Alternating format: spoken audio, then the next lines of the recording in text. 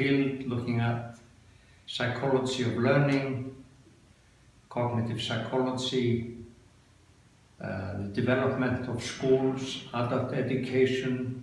When I talk about schools, I'm talking about pre-primary school, primary school, upper secondary, higher education, adult education. I looked at dropouts.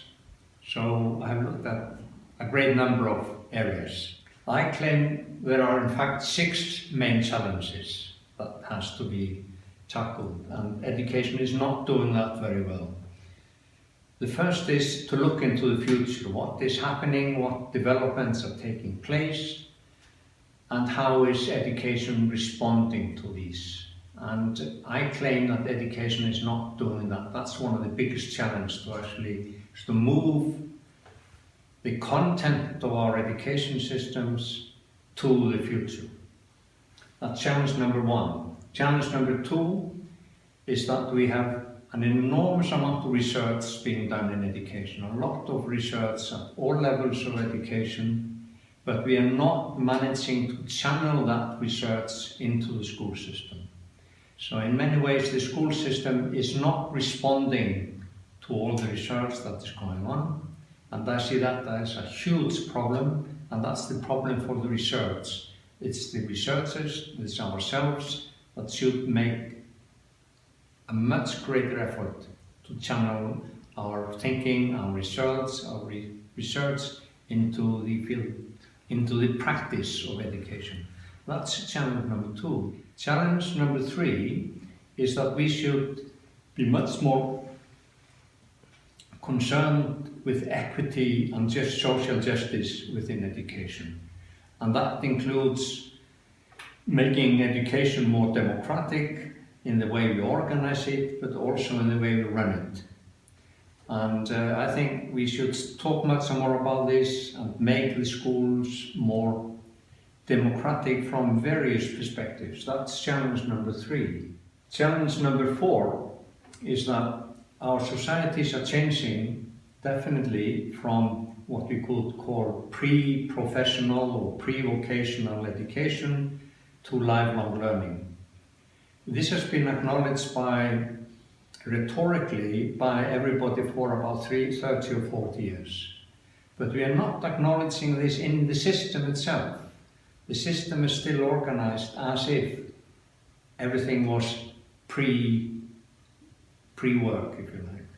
Now there's a lot of education in the workplace, but that is not reflected in the system of education itself.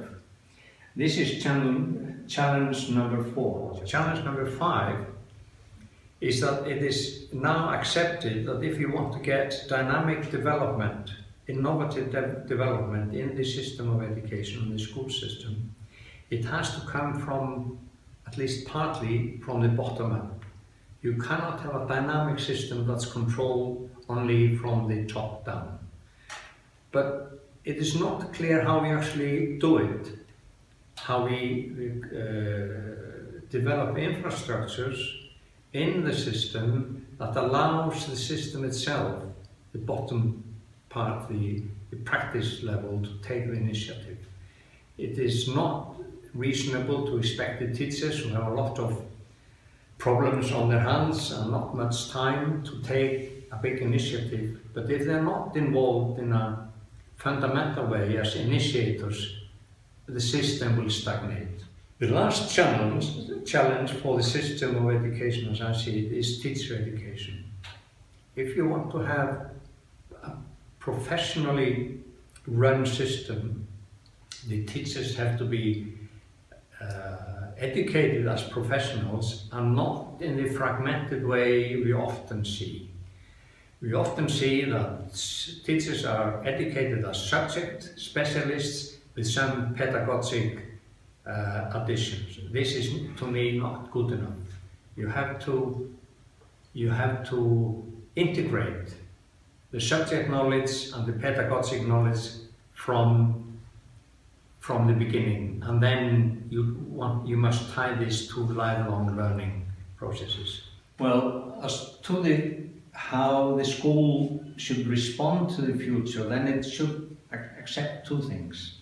One is that the future is in some sense already here, but in another sense it's a long way ahead.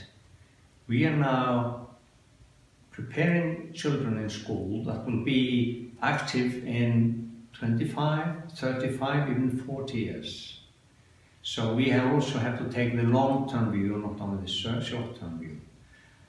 And one of the important things is that it is not only generic skills that we must introduce, also there is a lot of substantive changes in all walks of life that they have to be introduced to, if you like.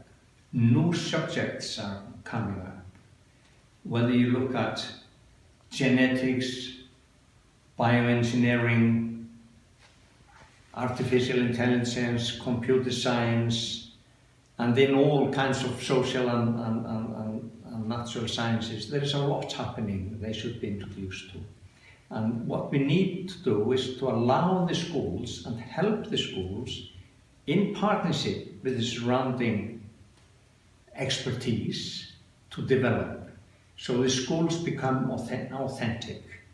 And as I have said before, I think that has to be done with including the students and also outside agents as partners in this development.